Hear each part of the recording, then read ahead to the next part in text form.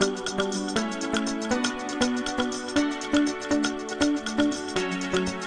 everybody, and welcome to Psyched with Dr. Seth, the human behavior podcast where we gain insight into ourselves and others.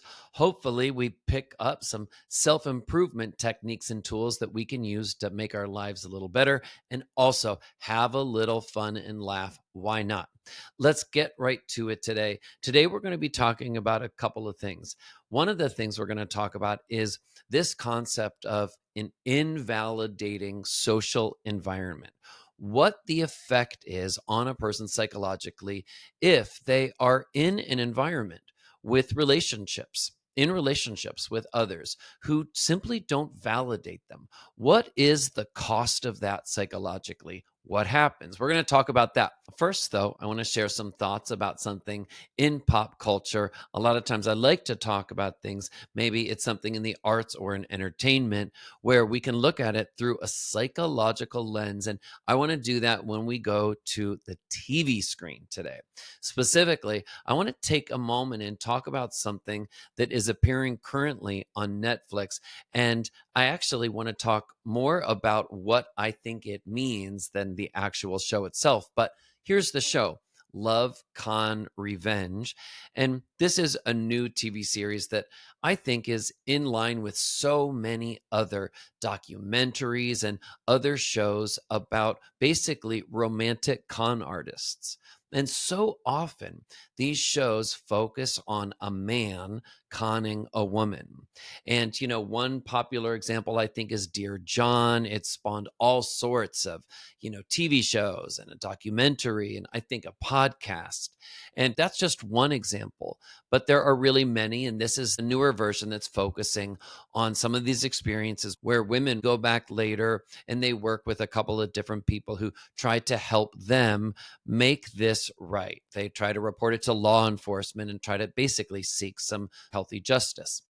Well, how does this matter to us? How does this matter to you? You, odds are, haven't had this happen to you. And more important than that, odds are that many people, I believe, watch something like this and psychologically they see an example of a woman telling her story, and she maybe gave a particular man who ended up conning her tens of thousands of dollars. And I think it's very natural. So many people may look at that and think, how could someone do such a thing? How could a woman be foolish like that? How could she do it? They may say to themselves, it makes no sense. There were so many signs. Or they may just take a very absolutist approach to it and think to themselves something like this: somebody you hardly know, why would you give them money? You never give anyone money. So some people may just have very clear, hard and fast rules, almost like they're a referee calling the shot. Nope, you don't do it. Done and done. That's the way it is.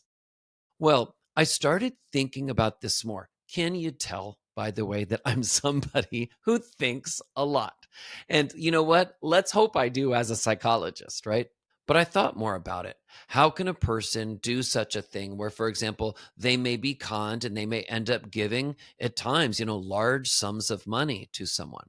Well, and some of the reasons why you listening or watching, some of them you already know just based on instinct alone, or maybe, you've read about this or you've seen examples on television of how this happens. And you've come to understand that maybe being vulnerable in some ways is one of the reasons why a person psychologically can come to do this, be conned and end up giving money to someone, that there's a psychological vulnerability. Maybe there was a transition in this person's life. Maybe they were divorced, or maybe they were in a period where they felt especially lonely. So we all know that. We don't need to spend time talking about that element. One of the things that I thought was really interesting is one of the women told this story about how she herself reported being conned. And also, she then went on talking about an experience she had where she talked about in the 20 teens, her mother actually ended her own life by suicide. Can you imagine?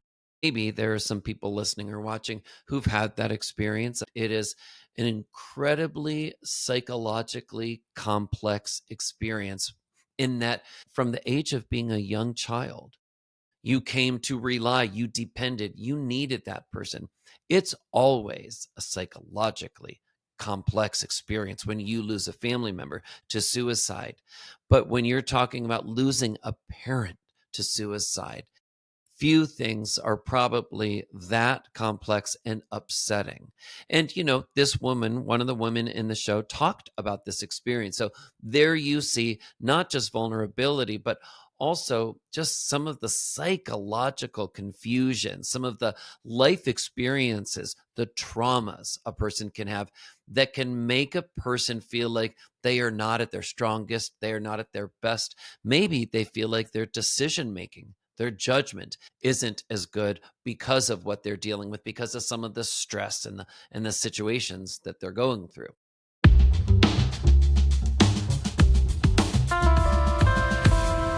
Well, I also started thinking about something else. This is what I thought: somebody giving someone else, loaning money to someone. Yes, obviously, a lot of people who pull cons like this are very charming and manipulative. They may engage in very specific behaviors that help to lay the groundwork of a certain sense of trust.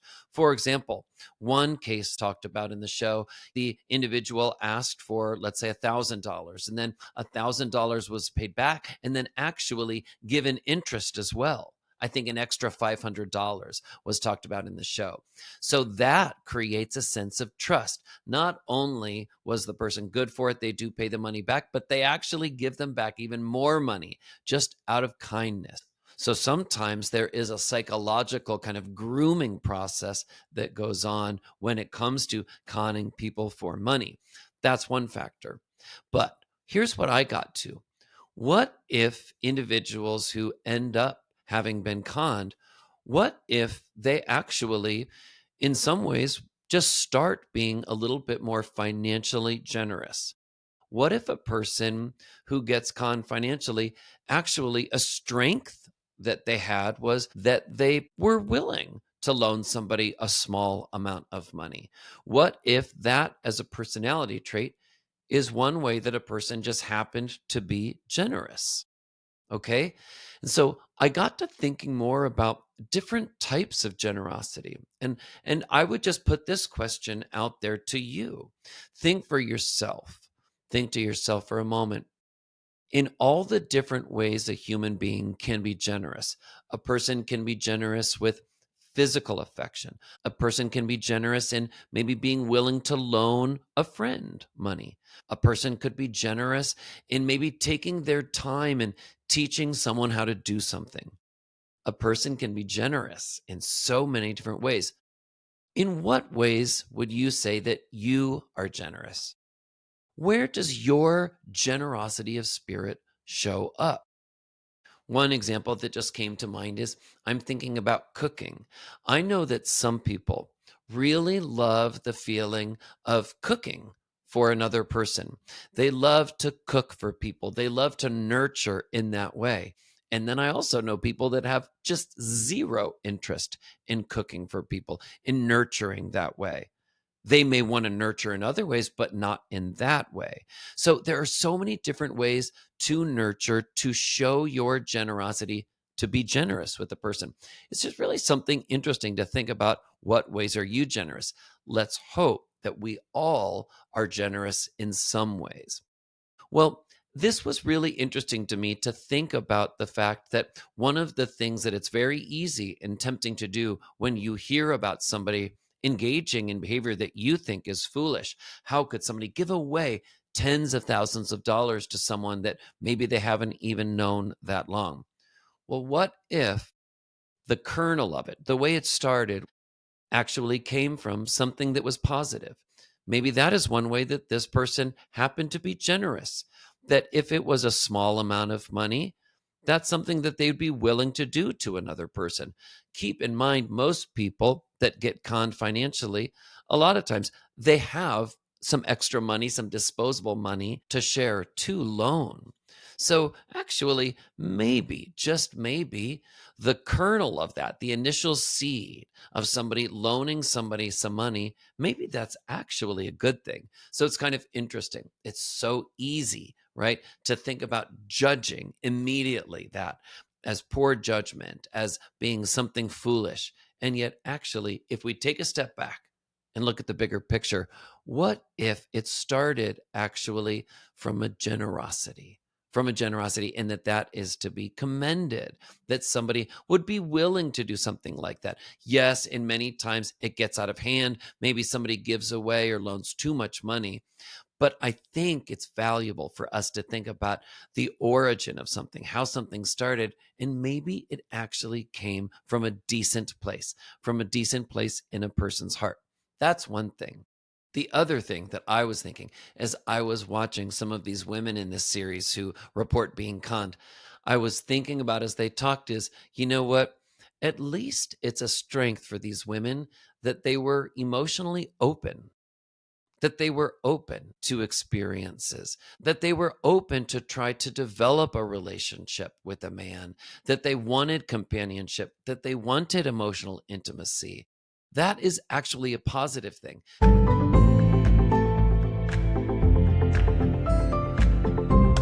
Now, these women are obviously sharing, hey, this was the wrong guy, this was wrong for me, and this really ended up hurting me. I understand that. But what I think has value for us when we look at others' experience is to think about where's the positive here? And a lot of times there are strengths. So, although some of these women may very easily feel bad about themselves or even shame themselves, sometimes we can beat ourselves up so terribly. I should have known. Why did I do this? Sometimes we can feel things like, why was I so stupid? And yet, you know what? Those voices really aren't fair. A lot of times, when we understand better, when we really look more closely at some of the behaviors we engage in, we start to understand wait a minute, now it actually makes a little more sense. But looking at things from a judgmental lens rarely produces actual insight or anything positive. Just a few thoughts that I wanted to share on this super popular Netflix series, and really a trend that I think shows people do have some sort of hunger for this. But I think that what we can learn is more empathy from it. And we can also learn to really deconstruct more some of our own reactions to it and see it actually for what it is. See it for the positives, also see it for the negatives. Next up is really basically what I would call an ode to Dr. Marsha Linehan, the developer of dialectical behavior therapy. Marsha Linehan, what a dynamo you are to have developed this type of therapy. You are a true dynamo in the service that you have provided this world in bringing to us DBT and the people that you have helped. We must be talking millions at this point. The techniques and the tools that you have developed and researched for decades to help people deal with emotional regulation and the intensity of their thoughts, the intensity of extreme feelings, often in conflict with each other. Thank you, thank you, thank you. And I just want to acknowledge the focus that you have made in your career on the cost, the effects of growing up or being in an invalidating social environment. I'm going to talk more about this, and I'm going to share this segment from my YouTube channel, Dr. Seth, Psychologist. Maybe you will be able to relate as you think back to your own life experiences. Check this out. One of the things that I think people have a driving need for, especially when they are dealing with emotional struggles, is to understand kind of where the struggles come from, why they are struggling the way they are. And so I want to talk a little bit about something called an invalidating social environment. I'll just call it an invalidating environment for short. So, what I want you to do is to take a moment and just think about, just self reflect on what an invalidating environment can do, what the effect can be on a young person. Okay. So let me just take a moment and make sure that I'm clear on what an invalidating environment is. So if a person grows up, is around, is influenced by an environment that isn't validating, the environment, the people, central, important people in their environment do not validate their thoughts or their feelings. Their inner experiences are not validated. Their thoughts and their feelings may be dismissed, they may be minimized or trivialized, like they're just not important, they don't really matter. And in addition, they may be punished. A person, because of their feelings or because of their beliefs or their thoughts, they can be punished. And so, if any of this happens, if a young person, of course, is under the influence of an environment where they understand very clearly their thoughts, their feelings, in reality, who they feel like they are, the essence of them, if that is not allowed, if that is trivialized, if that is punished, we can summarize then that that individual is in an invalidating social environment. Next, I just want to give a few examples about what an invalidating environment can look like. So, some things, if you're a young person and you are in an invalidating environment, some things that you can hear, some reactions that someone close to you in that environment will say to you to invalidate you, to give you the sense that something about you, your inner experiences are just wrong, bad, defective, need to be different, should be better. So, some things that somebody might hear are things like this: you're just too sensitive. You are so sensitive. Why are you so sensitive? Another example: that didn't hurt. That didn't hurt. That shouldn't hurt. Another example: you are overreacting. Why are you always overreacting? I don't know why you do that. You are constantly overreacting to things. Here's the thing: if a young person is in an invalidating environment, these things are said not just once or twice, these are recurring patterns. This individual keeps hearing these messages, and these messages, guess what happens to them over time? Somebody keeps hearing the same messages too often. What happens? I'm sure you watching know. You start to believe them yourself. You start to believe that they are right, because a lot of times the people who are giving you these messages are people in positions of authority, and you are trained, you are sort of programmed from an early age to believe them.